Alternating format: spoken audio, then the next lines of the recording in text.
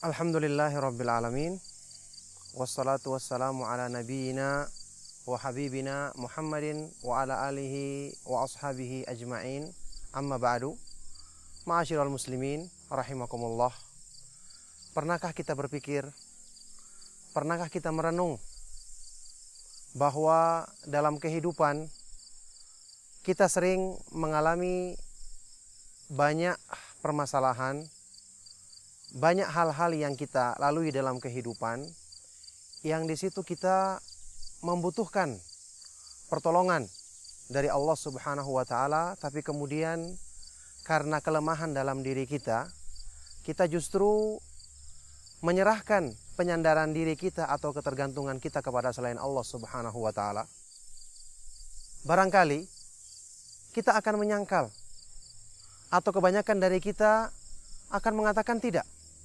Tetapi itu adalah kenyataan. Cobalah kita renungkan. Misalnya waktu kita sakit, waktu kita sedang ditimpa penyakit keras misalnya, penyakit yang parah. Apa yang terjadi? Apa yang pertama kali timbul dalam pikiran kita?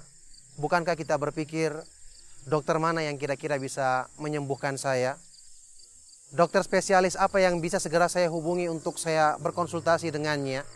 Atau minimal ahli pengobatan apa yang bisa saya tanya untuk bisa meresepkan kepada saya pengobatan atau obat yang sesuai dengan sakitku ini? Tidakkah kita berpikir pada saat itu bahwa Allah Subhanahu wa Ta'ala zat yang sempurna kekuasaannya, zat yang maha kuasa atas segala sesuatu, yang di tangannya lah segala kesembuhan, kebaikan, kemanfaatan bagi manusia. Dialah yang maha kuasa untuk mencegah mereka dari keburukan. Tidakkah kita berpikir untuk menghadapkan diri kita kepadanya dulu sebelum kepada makhluknya? Bukankah dia yang menciptakan dokter? Bukankah dia yang menciptakan obat dan menciptakan segala sesuatu yang ada di alam semesta ini? Lihatlah dan renungkanlah makna firman Allah Subhanahu wa Ta'ala, "Wa may yatawakkal 'alallahi fahuwa hasbuh." Barang siapa yang bertawakal, berserah diri kepada Allah, maka Allah Subhanahu wa Ta'ala akan mencukupinya. Allah Subhanahu wa Ta'ala akan mencukupi dalam semua urusannya, baik dalam urusan-urusan dunia, apalagi dalam hal-hal yang berhubungan dengan kebaikan agamanya. Makanya ini menggambarkan kepada kita perlunya untuk selalu mengoreksi tawakal kepada Allah.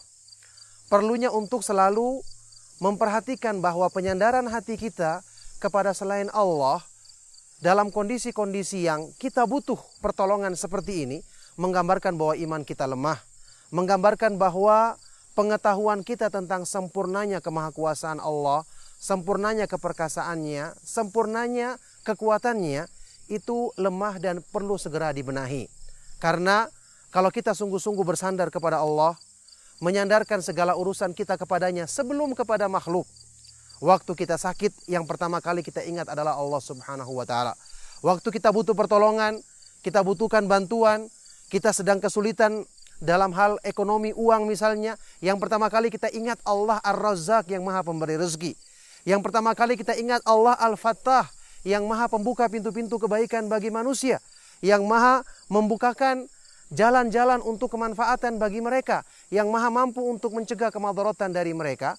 Maka ini demi Allah, semakin kita kuatkan dalam diri kita, maka pertolongan dari Allah Subhanahu wa Ta'ala akan semakin dimudahkannya, jalan-jalan keluar akan semakin dibentangkannya, bahkan mungkin dari arah-arah yang tidak kita sangka.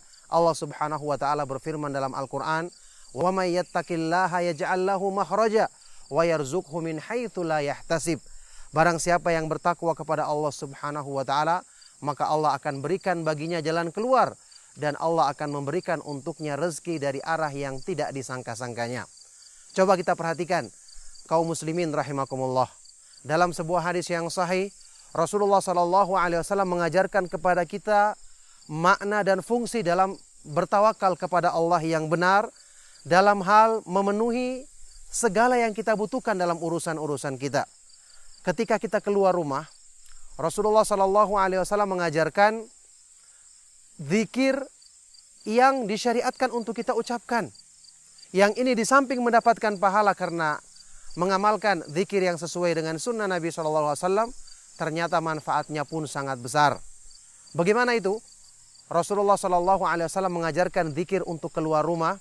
Bismillahi tawakkaltu 'alallahi wala haula wala quwata illa billah.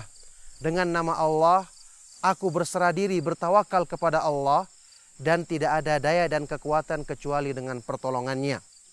Orang yang mengucapkan ucapan zikir ini dengan yakin, bersandar kepada Allah, malaikat akan mengatakan, qad kufita wa hudita wa wukit. Sungguh kamu telah dicukupkan segala urusanmu. Sungguh kamu telah diberikan hidayah oleh Allah Subhanahu wa taala, dan sungguh kamu telah dijaga dari segala keburukan. Maha suci Allah, subhanallah. Siapa yang akan bisa mencelakakan orang yang telah dijaga oleh Allah? Sesuatu apa yang bisa menyulitkan seseorang yang telah dicukupkan segala urusannya oleh Allah? Dan siapa yang mampu menyesatkan orang yang telah diberikan, dijamin hidayah oleh Allah Subhanahu wa taala bagi dirinya? Semua kembali kepada apa? Kembali kepada tawakal, bersandar diri yang benar kepada Allah Subhanahu wa taala. Inilah yang harus kita dahulukan sebelum melakukan usaha-usaha duniawi, usaha-usaha zahir. Yang pertama kali kita lakukan adalah memperbaiki penyadaran hati kita kepada Allah Subhanahu wa taala. Maka inilah tawakal yang sesungguhnya, dan inilah jalan keluar dari semua kesulitan-kesulitan yang kita hadapi. Maka semoga Allah Subhanahu wa taala memudahkan taufiknya kepada kita semua untuk memperbaiki tawakal kita dan ibadah-ibadah kita kepada Allah Subhanahu wa taala, yang sungguh ini merupakan sebab kecukupan darinya atas semua urusan-urusan yang kita jalankan. Demikianlah, semoga bermanfaat untuk kita semua. Sallallahu wasallam mubarak ala nabiyyina Muhammadin wa ala alihi wa ashabihi wa man tabi'ahum bi ihsanin ila yaumiddin walhamdulillahi rabbil alamin.